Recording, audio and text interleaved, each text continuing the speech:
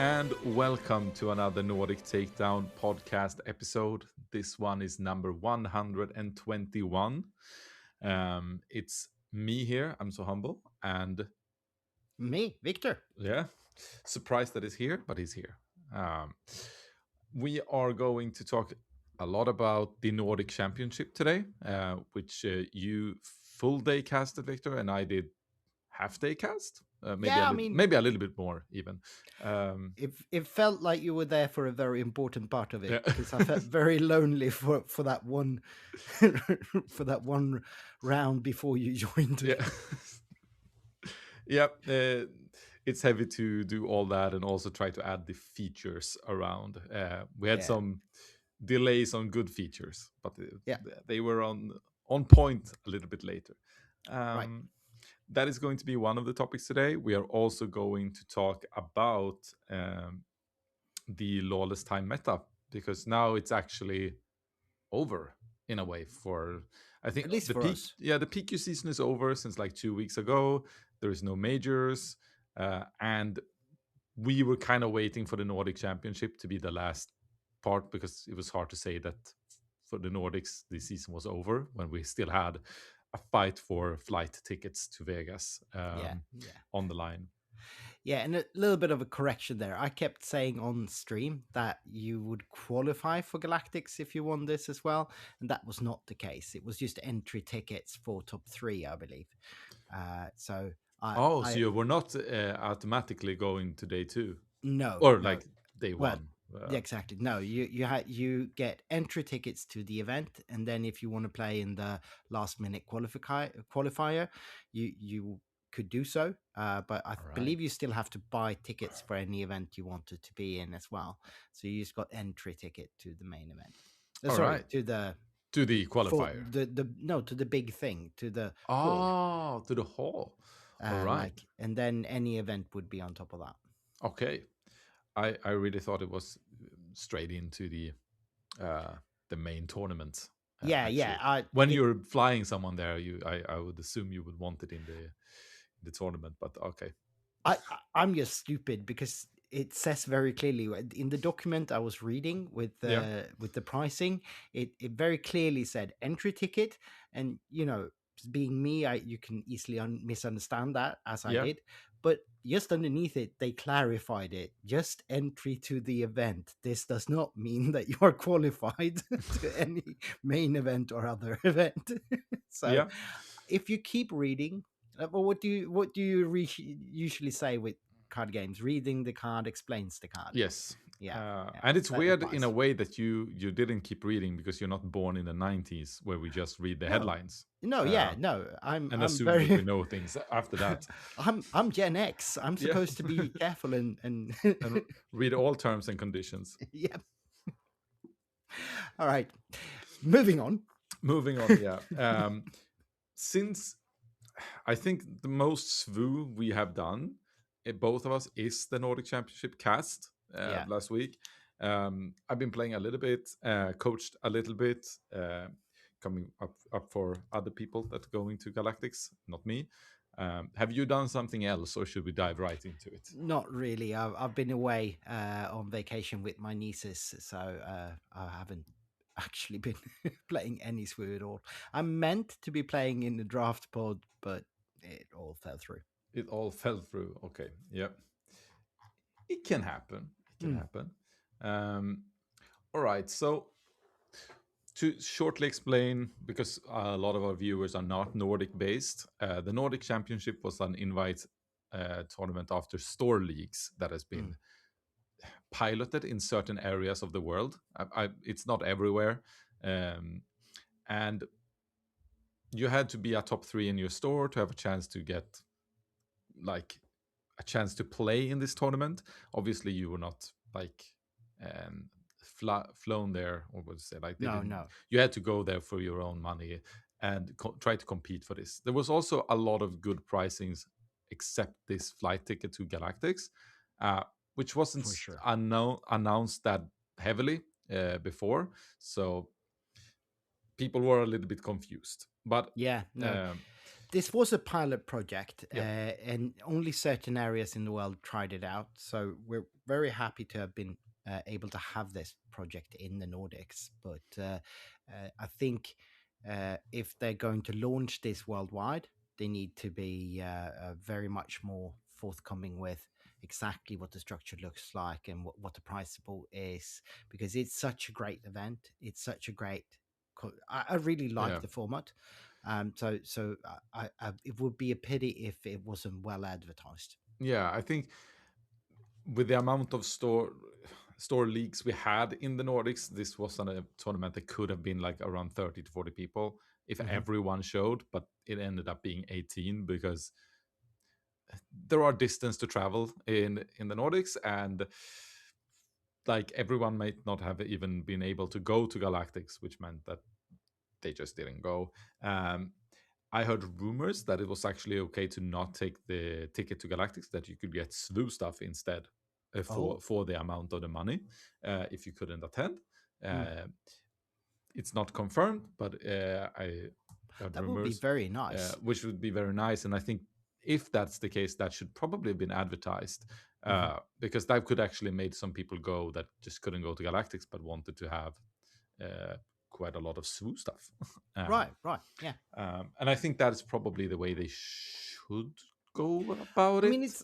it's either that or pass down, Pass down, yeah, yeah, and pass down is it's well, both of them have advantages. Like yeah, pass down means that every region actually, if they go worldwide with it, that would mean that every region actually sends a representative. But since it's not actually main to event. the main event of GC, it feels less important to have a representative in Yeah, in quotation marks, because if you're not representing your region, if you're not even in no, Galactics yet, are I you?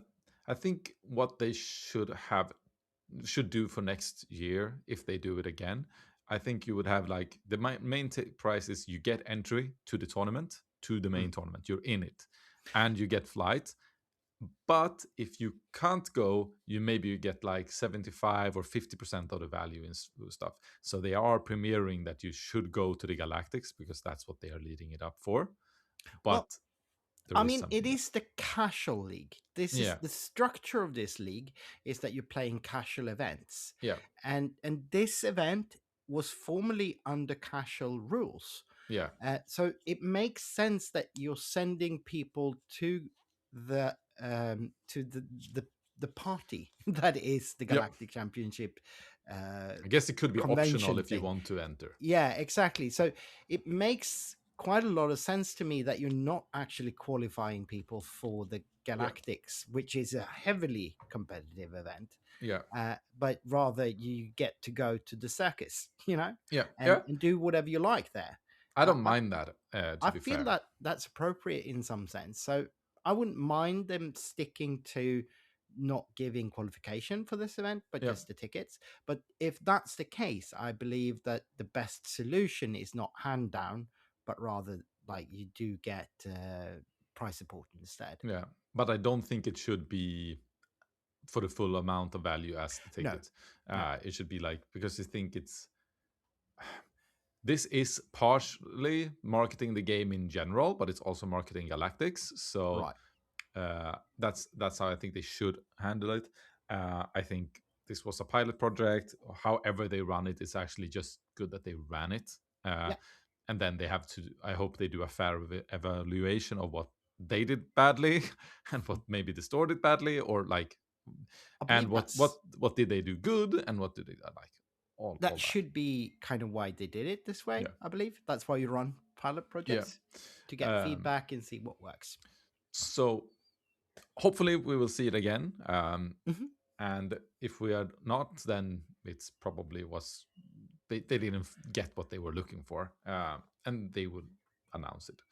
Well, Uh, we did talk a full episode some episodes ago about the store league structure that was leading up to this, and I feel that that initiative is just so good, and I yeah, can't really see any downside to that part of this from FFG, and having this sort of regional casual championship at the end of that. It feels like a good idea, but necessarily what the price support for this event should be, really like the tickets, but Yeah, and the flight. I think it can be casual leading into a competitive one where you've actually showed that you are good in Absolutely. casual. So it just needs to be clear, Yeah, yeah, and I think that is it's going to be clearer next year I if believe if so. they do it. Hopefully, they also launch it a little bit earlier. Uh, Right, right. that is, I think, the my main critique is that it's played so close into Galactics. It would be better if it was played like during January to March or something I, like that. I think like the best thing they could do with this is that you run 3 consecutive store leagues, and those 3 leagues each, like, it's very much up to each store to pick their representatives. So if you get the structure and price support to run 3 leagues for one for each set in the season, and then for the last season you bring all that together and the store sends representative that has done well in one or all 3 leagues, Yeah, and then you send your representatives from the store, and you have slightly more in advance of the GC, you have yeah, this qualification. So maybe earlier in the third set of the season, maybe very early yeah. even. Um, we'll see what they do, but I Yeah, think there are definitely ways to improve it and to make it more understandable. Uh, yeah. No, there's certainly, which should be the case with the pilot project. It yeah, shouldn't be fully fleshed out, because if it already was, why run a pilot project? exactly. Um, all right, so going into the tournament, this ended up being a 5 rounds of Swiss into a top 8. Mhm. Um, you did the first 3 Swiss rounds alone, I think. No, I had Thievy from the Baddest Gaming Yeah, join me, and I love casting with these guys. All of the yeah, Australians are just so much fun to work with. They have very much the same mindset as we do when it comes to SWU and how to cast it and how to present the material. It They feel very close to what we're doing, but for Australia. yeah. Did And they do game 1 and 2? yeah, yeah. Yeah, TV okay. and me So did only the three. first two The games. third game you got Yeah, to so do the alone. third game, it was they did moved it up. It was supposed to be the lunch break, so I hadn't booked any help Yeah, for it. because we And assumed I would be back to the third one yeah, because of the lunch break. but then I got to do that one alone, which it was stressful. But Yeah, I think I pulled it off without too much yeah. I problematic. came home in the middle of it, so I watched the stream Yeah, while I was waiting to be able to get in myself. But then it was a lunch break, so I was like 1.5 hour early ready. yeah, It's a bit weird, but it was aight. It was aight. yeah, No yeah. problem with that one. I didn't make completely make a fool out of myself. It was No. fine. Um, so, but with the structure of this one, then being only 18 people, the Mhm. people who actually went 3-0, Mhm. they could draw themselves in. Yeah. Um, so we had like 3 people doing that. Then was some 3-1-1s. But what was nice in the end was that 3-2 made it in and Mhm. nothing else. So you had to have a positive win record at least. Yeah. Yeah. Um, I guess in theory you could have gone 2 wins, 3 draws, and Yeah. then Yeah. and then you could have actually like won on tiebreaker. But nobody did that, so we didn't see that. Luckily. So we had a clean cut, which was nice.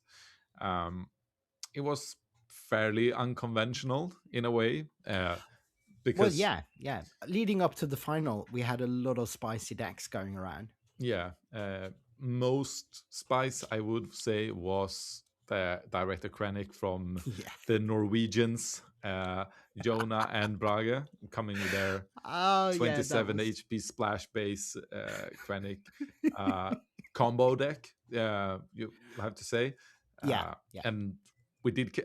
I was on the cast for a few of those games. It was really fun. So much fun casting those games.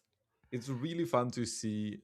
obviously this is 18 people, so we don't know how it would have went for like 60 people tournament, but it's No, yeah. really nice to see some innovation coming Mhm. into a later tournament, I mean, because to be then fair, they played this this for a while, deck but yeah, in yeah, this deck was we presented this deck in not its full entire no, this way it looks not right now, but we did present this deck before it was yeah, legal to play it. that So is true. I'm just saying, like, at this stage usually people are okay, these are the best decks, we're playing them, mm, and Jonah and Braga was like, no, we're still playing this because we find it funny and we have played it all set. yeah, yeah, And they ended up making top 8 and top 4. yeah, They had to yeah, knock each other out, unfortunately, in the top 8, but it's yeah, an amazing game to watch that we had on the stream. yeah. Their their mirror match was the first time they ever tried it into each other, so they had no clue what would actually be the best strategy going into the mirror match. They just winged it, and it was a lot of fun to watch. Yeah. We also had 2 Lando data vaults Hmm. into the cut. So that was the Lando that was preferred to play, except like the lake country was not really showing here in this one tournament. No, it seems like it was more or less a team deck almost of the moisture farmers from Jutland, Yep. and they all brought it, I think. Yeah. So Might be the case, actually. Yeah. At I'm not least. 100% if all three brought it, but definitely two of them, Oscar and Gustav, brought it. No, Yeah. no, no. That's true. Martin didn't bring that. He was playing Talsin Yellow, Yes. actually. The third Lando was actually Albin from Sweden, from Stockholm. Hmm. Yeah. And that one was a little bit different. It was relying more on tempo and pushing a little slightly more aggressively. Yeah. And then we, of course, had Stevo there with Mhm. his and Jonas Chewbacca list. Yep. He went 3-2, lost out in the top 8 because he faced Talsin. Yep. That's Just a what horrible happens. matchup. And then, of course, the last one was actually a version, I assume, of Piotr's maybe Lando force list from Pulp. Could be, yeah. That is actually a very fun Lando list, I would say, and way more controlly than the other ones. So that's basically Lando control. And to be fair, versions of that deck has been floating around ever since the beginning of the meta. We saw versions of that in the London Invitational from the Nexus, and it's been evolving and shifting around, and it's not really ever reached the pinnacle of decks, but it's always been around. It's one of those decks that you should kind of be aware of it, that you should have been aware of in this meta. Yeah. Which ended up going out to Boba in the end. And we ended up having a Boba Lando Data Vault final in the end. So we got the 2 bad boys from the Yeah. set and ending up in the final after all, anyway, where it was really, really tight. There was some, which ended up, we can just say that Gustav won it with the Lando Data Vault, sneaking in at top 8 as the 8th player, doing the classic one, and just steals the tournament. Yeah. I was so happy for Gustav to see him do well in this tournament, and he's such a fun guy to talk to, and I'm happy for the Moisture Farmers that they got it as well. It feels good. I agree. That it's always fun to see some young players succeed in tournaments. Even, of course, Thomas is a really nice person. We I like wouldn't have Thomas been as well. sad if you won. And both were playing the villains in this set, Boba or Orlando, which meant that there was no need to root for any of the leaders, really. So congratulations to both of them to making the finals. And I guess good luck coming next set for them. For next set is the new start of qualification for Vegas. Right, next exactly. year again. I assume it's Vegas. I'm not sure if that's announced, but Oh, the three, yeah, yeah, I believe. it's a I 3-year don't know plan. exactly how officially they said it, but they said that they booked at Last Galactics. They said that they booked the Venetian for 2 more years. So it's not I would only, assume then. yeah. So it's not only that it's in Vegas. It's actually at the Venetian Event Yeah. Center. So Which, if it is in Vegas, I don't mind it being in the Venetian again. It no, wasn't a yeah, no. wrong. It wasn't anything wrong with the venue itself. Oh no, I believe the venue was pretty good actually. Yeah, I liked it, and what they did with it over the weekend was just I had so much fun and it has at the space for event. improvements of how Sure, we to. already done many Yeah, episodes on that, but but like it's the not venue limited by isn't the the venue. problem. No, Yeah, no, the they can venue improve is any technical or like space things like in that venue. mhm, They are not yeah, limited by that at all. Um, and I'm not sure if it's going to be more or less people this year. I'm assuming a bit less, uh, yeah. because It's so hard to predict. I think it was harder to get in, to get that Yeah, buy. mhm, And a lot of people maybe went there last year without the buy and just to see the experience and was like, nah, mm, I don't have to do the qualifier again.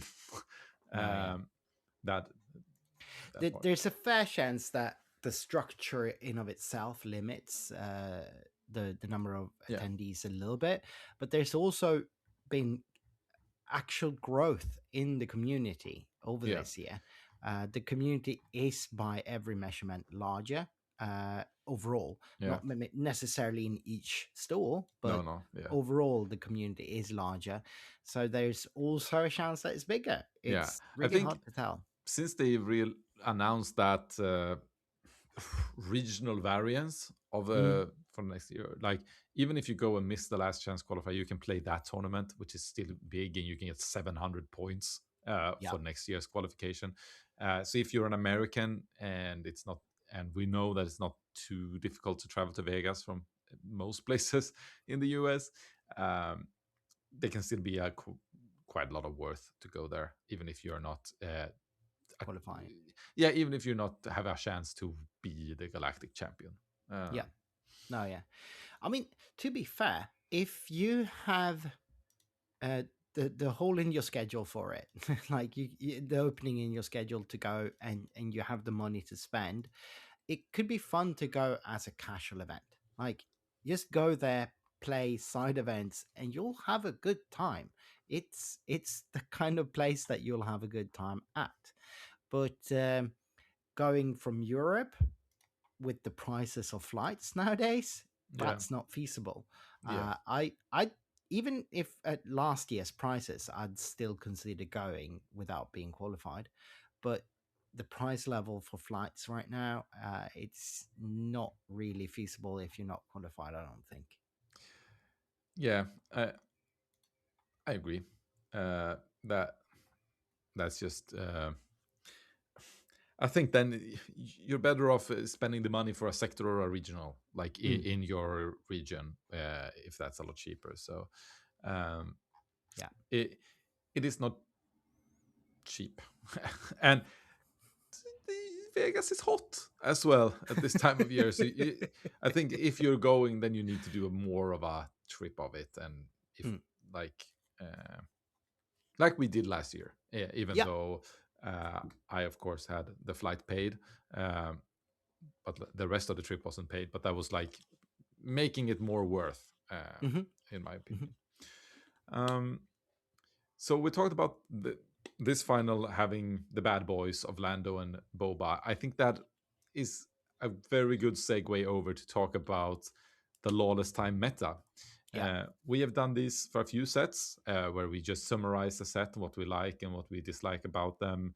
Um, I think this is also the first set with Eternal in it, if I remember right. The set has yeah. felt very long in a way. I'm not sure why. Um, but so it's the first set of Eternal and first set of post rotation. Um, Yeah. how do you feel about it? Just a general broad without before we go into the statistics of it all.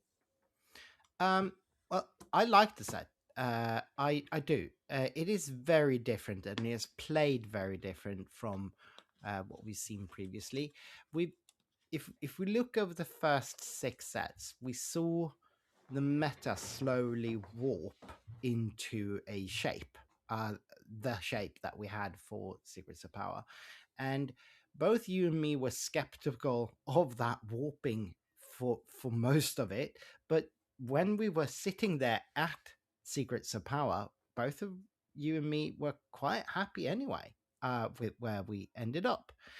And I feel the shift with rotation was much, much more jarring. It was much more of a, this is a completely different beast thing, at least initially. But there were similarities in how the meta behaved from start of law to the end of law in very much the same way as it behaved from start of secret to the end of secret, where we have a bi-weekly morph within the set's meta.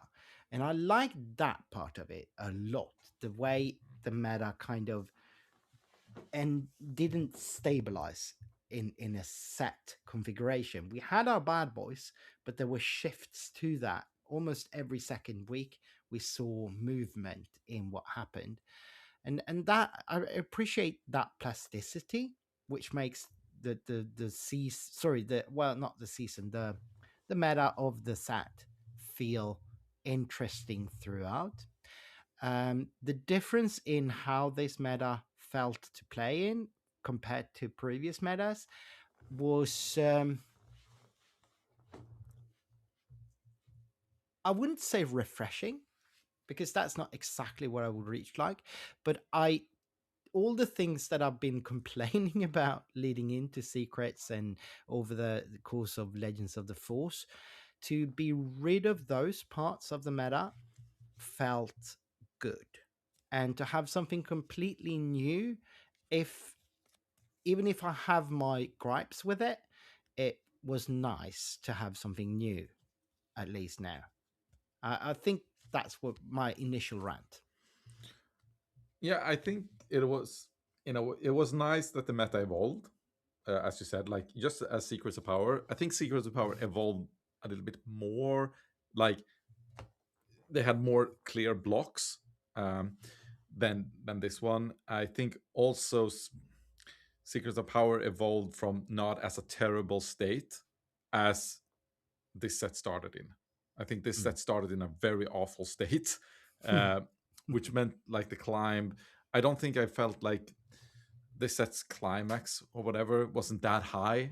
It was definitely refreshing to not see any Han Solos Yeah. leaders running around, uh, even though I don't necessarily like the gameplay of just go face. Uh, I really, honestly, like from a competitive standpoint, I really disliked how the game was played this set, even though it was a little bit refreshing. Um, I do like the limited format in this set a bit more than I've done in the other ones. I think you had more options. Of course, Vel was a bit too strong. They have always had one leader that's a bit too strong. Um, I think next set there is not a leader that's too strong in limited, but I think there is other different problems with the limited card pool. There was basically no removals, which means that limited is like drafting in it. I think it's very boring.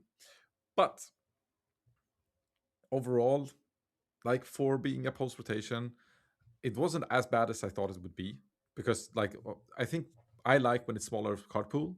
That part I like. I like when I can predict more about what my opponent's gonna play. I just don't like that we have the pilot leaders being such a big part of it.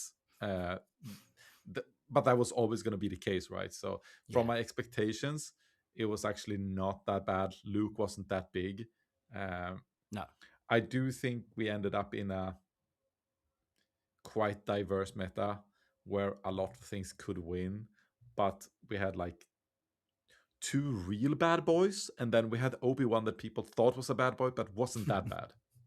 Like Yeah, he didn't really reach he the didn't heights. really shine and reach those highs that everyone thought he would. He was always there. Yeah. And it was always, it was a good deck. It came in third in big things and second even, I think, in Yeah. some things, and it won a lot of PQs. So if we move in a little bit to the statistics, we end up with Boba winning about 20% of all the PQs, and Lando winning like 18, so 19 to 18. And this is different. Like this differs. They win with different bases, but Lando won 20 of the 23 with Lake Country, and Boba won 20 of the 24 with Lake Country. So Lake Country was the big thing, especially For those 2 days. For those 2 days, but they were kind of the story of the set as well, because if you look at Lake Country in general, they won most PQs. They also won a sector, right, with the Lando Lake. Yep, that's where they broke up with it. Yeah. Boba didn't win any major, right? Nope, actually, no major. Tons of PQs, and it came second in London. True. So we had Vader winning a major, Lando winning a major. Did Talsin win a major? No. Let me check which ones. London was Vader, and Prague was Akbar. Yeah, true. And then Atlanta was Lando, and then the fourth major was a draft major. Yeah, of course, and that we don't count. No, like that was probably Vel. I'm not sure, actually. I can't remember. And then so more or less like Lando is then, since he won also a sector, like he's probably the baddest boy, and then we have the Boba. I'd say so, yeah. And then actually, even though Obi won 7 PQs and Vader won 6, I would say Vader is number 3 because he won the sector. Yeah. I'd have to agree with that. And those percentages on, if you take Lando and Boba, those percentage is in the number of what we had the set before in the wins, with Han, and Yoda. Yeah. It was just that we had 3 decks that was doing 20, 20, 20. And here we have 2 that 2020, and then a more variety of the field. We had maybe 3 or 4 decks around 8% or something like that. Yeah, in this set actually, like we had, if we look at just at leader, we had 7% for OB, and then it's down to 5 for a couple, then down to 4 when we're talking about even deeper. So so it's very diverse, and I think for me, the reason why it's so diverse is because no deck was that good. That's not a bad thing.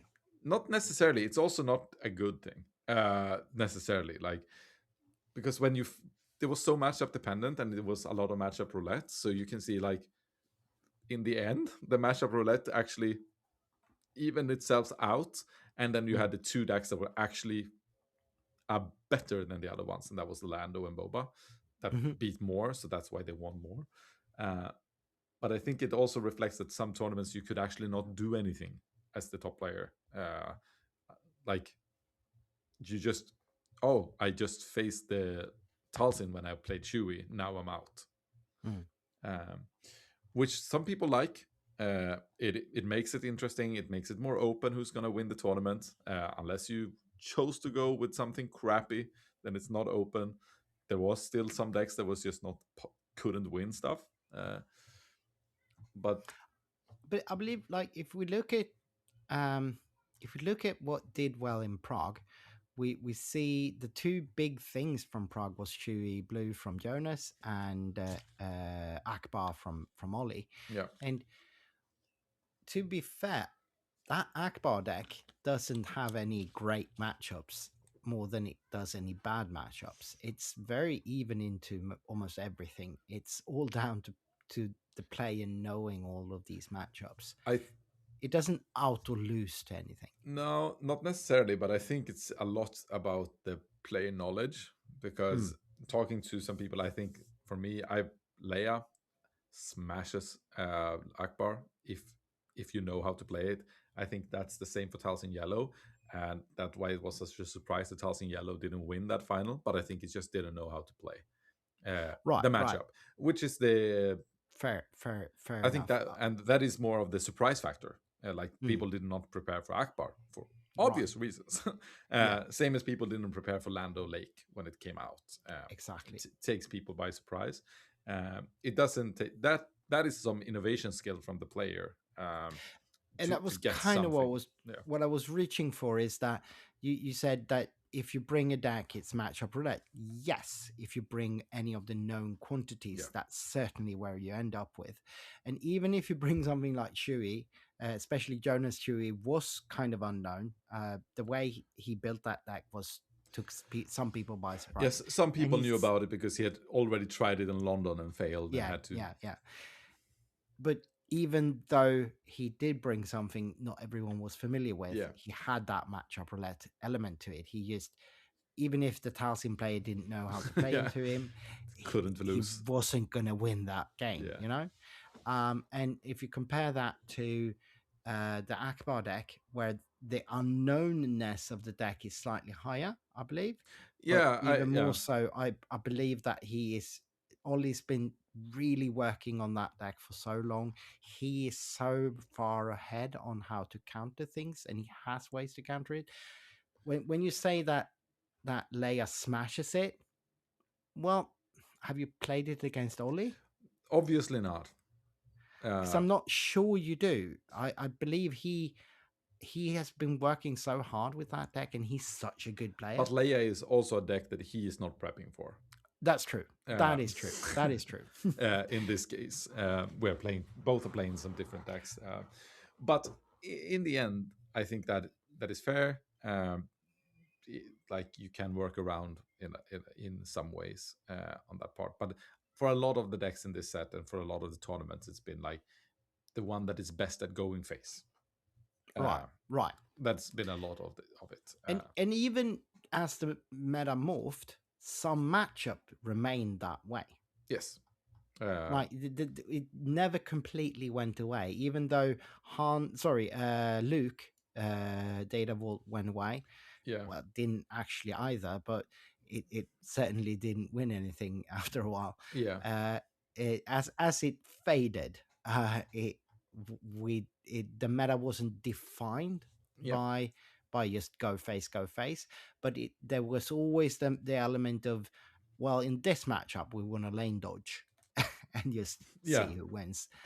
It evolved more to like first the space decks was just smashing everything, and then ground said like we cannot interact and remove the stuff. We just need to put down upgrades and raise from ground because we flip a turn earlier, usually like and that became the new meta in that sense. And then you had some game plans for the ones that some of the ground decks actually had to face each other on ground, like Shui, Talsin. That's why Shui didn't like playing Talsin, because Talsin, even if it has a lot of upgrades, it's still super strong versus someone else wanted to go ground. It was just a bonus. One of the biggest surprises for me when I'm looking at the sets, is that Jin didn't get a single PQ win. Yeah. I mean, leading into the set and in all the up talk in the earliest parts of the set, Yin was the big bad that everyone was fearing. It was going to break the game because of how she could abuse aggressive negotiations, and everyone was so afraid of it. Yeah. And Jin, as you said, like was going to abuse the aggressive negotiation. Another part that's surprising to me was how little, it wasn't little, but like how much less aggressive negotiation had an impact on the meta than we thought it would. Because Beckett didn't stick around. No. Like, obviously, you played it in Lando for 5 and you had it in Boba, but you didn't do 17 damage with aggressive and Boba. It was more like a surprise strike. Exactly. It just ended up being the only viable plus boost to a hit for base. So it very much was a surprise strike. Lando had a little bit more. It hit for a little bit more, but it cost a little bit more as well. So it was like, it was 5 for 5. Yeah, more or less. Maybe sometime fan for 7 because Mm, Codebreaker could draw quite a lot, yeah, yeah, which is like great, obviously, because it's a finisher, but yeah, it's not as broken as what people thought. Like it was going to be 12 for 3, yeah, which Jin yeah. could do, but in the end, like when Jin wanted to do that or Beckett wanted to do that, they also lost the board because of it. Um, Right. so that part was interesting to me. Do you have anything else that you like? You surprised that it happened or surprised it didn't happen? I mean, we could dive into single cards and look at like how they shaped out and what part of the meta they played. Like everyone, including me, was so afraid of the bounce from Kanan. Like that was a card I was so very afraid of early on in the Yeah, set. And of course, Kanan bouncing a unit is great tempo, but it wasn't the kind of um, oppressiveness that I thought it might be. It turned out to be quite all right. Not no worse than any other bounce spell, really. And the same with Max Rebo. I thought that if he gets popular, which he didn't really, no, he'd be sort of gatekeeping turn 5 flip leaders, making them not viable at all. And yeah, that didn't happen. It remains to be seen if it happens, of course. But I think it feels like it's more of a equalizing measure than an yeah, actual yeah, uh, relegation factor. It's not relegating the the 5 flip leaders to nothingness. It's making the 6 and 7 cost leaders slightly more viable. yeah. And I think with the Kanan part, I think that had a little bit just with how the meta was. Mm, Uh, there wasn't really any like good splash bases in the end. And I think no, for Kanan to actually be very good, you needed to have that red or green color on the board because yeah, I think you really wanted to bounce a 3 or 4 cost play for him to be actually nasty because the right, 3/4 stat line means that he dies to a 4/4. So if you bounce yeah, a 2, you use your splash base, it's 3 HP. hmm And then you just bounce the turn 1 play, and then he has played a turn 2 play that actually kills your turn 2 play, or like it just didn't, or turn 3 actually, because it's a 4. mm, Um, I think Kanan will appear if that kind of deck uh, settles in the meta somehow. And yeah. uh, I think you were right to fear him. It was just not the set for him. No, that could be the case. That could very much be the case. There are other cards that I thought was going to be huge that just haven't shown yet. IG88, the 6/3 shielded. Yeah, I thought that was going to be huge, and you see it sometimes, but it is yeah. certainly not part of anything really big. I thought Uh, actually like it was not going to see play that much because of Talsin, but Talsin wasn't mm, played that much. So then I thought it would probably see play. Uh, hmm but because that is a good racing card. Oh yeah, yeah, yeah. We also have cards that surprised me on exactly how good they turned out to be. Lutz Rassi being the number one. I That was I an realized she incredible was going card. to be good, but Yeah, not that she's going to be the kind of MVP she is in so many decks. yeah, that is a good card. I have Mhm. nothing to add to that. It's just a good card, and it will be a staple for blue green Yeah, until it rotates out, yeah, I bet, more or I less. bet. Yeah, Um, I do think one thing that surprised me was how much I was going to play Leia Organa. I did right. not see that coming. Coming into the set, I thought she was not going to be good enough. Like for me, it was just a draft leader from Secrets of Power. Like she couldn't even make Secrets of Power meta, so why would she do it now?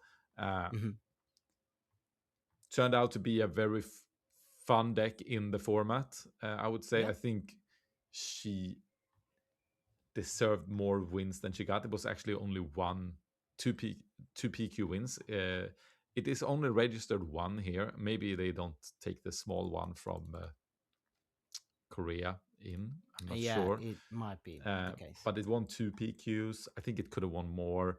But in the end it had some bad matchups as well, uh, but it was due. I think Leia would have done pretty good in Prague if me and Sobek was actually playing the main event and not stuck in the Yeah, I draft. mean, you just handed your deck to Kevin, who's not even that sort of mid-rangey player, Yeah, and he did really well with it yeah, without almost any prep at all. yeah. He day two. Then I think there was one or two others that also made day two with Leia that event. Mm. Um, so yeah, I was surprised how good she was, or especially how much I would play her because I had no intention of playing Leia going into the sets. Absolutely Right, no. right. It's all thanks to Sobek, to be fair. Um, but yeah, I that's probably where I'm at with the surprises and stuff. I'm looking forward to next set because I think it will not be the same base race set. The way it looks in my early testing is that it's certainly not. Instead, we have controller mid-range and even some actual control being tested a lot Yeah, on Karabast, and it feels like stuff like CAD Red is very popular Cat right Blue. now, and Yeah. it is a solid deck. If it's going to be the big bad or not, I don't know, but it's certainly from the decks that you see floating around, it feels like one of the decks you need to be testing against that early. Yeah, Cad Bane is the one you have to test, especially the blue variants. Mm, mm, It right. is online, the big bad right now. It Doesn't mean it feels it, sticks, but no, it but it is feels, strong.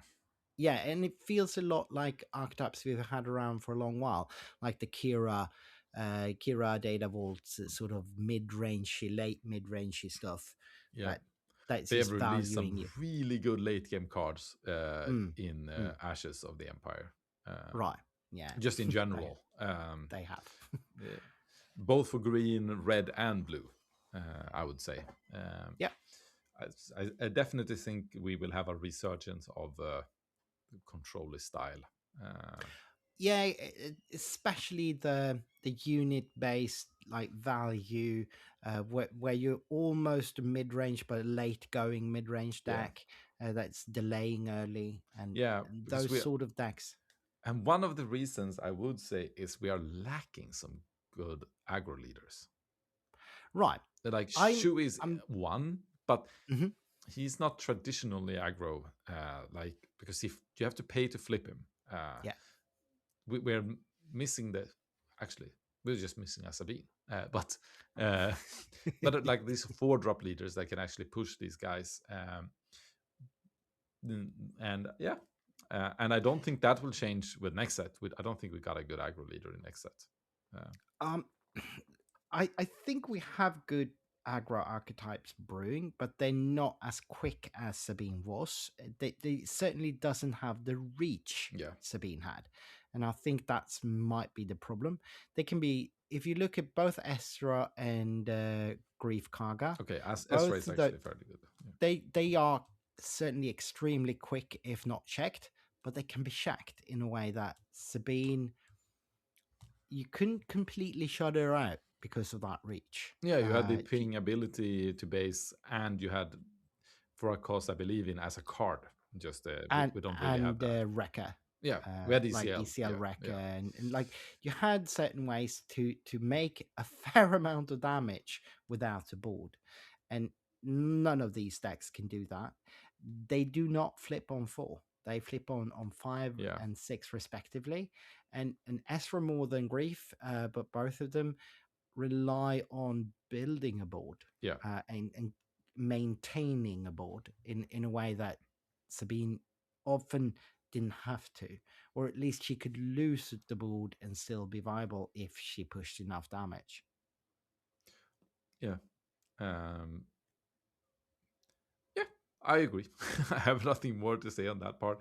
Um, any final words on a lawless time, the set or meta? Uh, Lawless Time as a set is a very fun set to me. I In isolation, if you look at the cards, how they fit in different decks, if you look at the leaders in the Lawless Time, it's a really good set. There are issues. There are always going to be issues. I believe that there should have been some kind of decent, easy, accessible upgrade removal in this set. Since Confiscate rotated, Yeah. there should have been, maybe not Confiscate, but something that could be easily accessible to every deck. And that just didn't happen, which to me warped the limited meta in a way I wasn't necessarily liking too much. But overall, this set is really good. The mechanics of this set, credits and tricolors, and Tricolors mostly, was one of the big things, yeah, and that was fun. That was fun yeah. in And every part. Credits credits have good. been fun as well. Credits good. I don't mind the credits at all. And yeah, overall, the set has been nice. The last two things, like credit and spice, have been very good. Yeah. I agree. So we're leaving this set behind us. We are going into a bigger card pool coming up. Speaking of coming up, we have some things coming up here now when the set is over. We have obviously, you are starting to get the re-recording for Yeah. yeah. It's the press kit Press that kit, we yeah. received. There we go. So I've recorded some of it, and I'll keep recording as soon as we're done with this. So we will have the press kit videos start releasing this weekend. I believe Saturday is when we get to start releasing. Yeah, we will release it as soon as we are allowed. Yeah. And we also have other things coming up as well, of course. The Nordic Takedown rankings will be in a few weeks. On that. That one is not as time, what would you say, like sensitive. Yeah, it will happen when Victor has the time. We will also have the first episode of Jabba's Den. I think Jonah is working on that. So we have a full season planned out already. Oh, nice. Yeah, it's going to be so much fun. So we actually have like quite a lot for the YouTube channel coming up here. So make sure to stay tuned on that. We also have pre-releases coming up pretty soon for your store. Do attend your pre-release. It's a lot of fun. It's a great casual event style. So please do go. You'll have fun. And we have to, of course, shout out the Malmö Game Week again. Yes. I think is the video out teasing the playmat yet, or will it be soon? It will be soon. Very soon you will see the TNT swag stuff that you will get from the TNT package and all of those things. Those are really hype, so look out for those. Do not miss that. Do not miss that. Those are going to be amazing, in my opinion. I really liked our last year's, and a lot of people did. I will tease that this one will be a little bit darker. And I like that. I like that. I'm sitting here with like a Vader big playmat, like black and red, here as my computer testing. So that is big. We have the YouTube stuff coming up, and I think that is kind of it. Did we talk? We did that last week, right? Said where all the locations were for the PQs. Yes, we did. So check out your PQs. We are going to work on getting to stream some of them at least. As much as possible. And we're trying as much as we can muster. Yeah, exactly. I think that is about it, what we have for us here. Good. Look out for the videos coming this weekend. Make sure you enjoy the World Cup, and we will see you next week. Yeah. May the force be with you.